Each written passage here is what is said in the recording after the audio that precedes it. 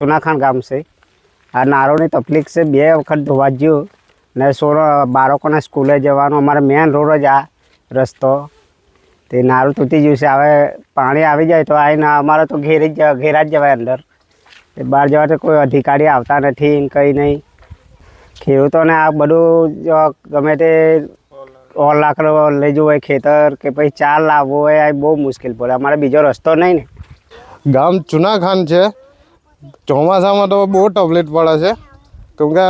આજે 2 વર્ષથી નાળો બનતો નહીં અને બીજી વાત કે ગામમાં 108ની બી જરૂર પડે તો બી અહીં રોડ સુધી જ આવે છે ગામમાં તો જતી જ નથી કહેવાય પછી બાઈકો અમારે અહીં મૂકીને જવી પડે છે ચોમાસામાં તો 2 થી 3 દિવસ લાગે બહાર નીકળતા કેમ કે અહીં નદી આપણે કોતરામાં પાણી ઓછું થાય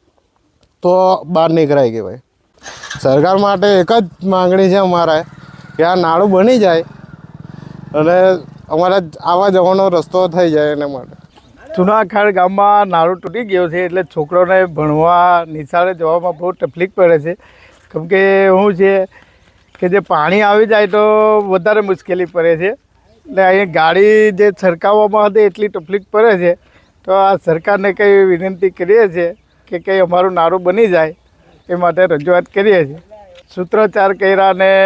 ગામ લોકો બધા ભેગા થઈને સૂત્રોચ્ચાર કરી આ કંઈ નાળું બને એવી રજૂઆત કરી છે તો આ નાળું બની જાય એવી અમારી માંગ છે નાળું નહીં મંગે તો અહીં કોઈ શું છે કોઈ અધિકારી આવે તો એમને ખબર પડે કે નાળું કેવું છે શું છે તો પછી ગામ લોકોએ કેમ કે વોટ લેવા માટે ગામમાં આવે પછી કોઈ આવતું નથી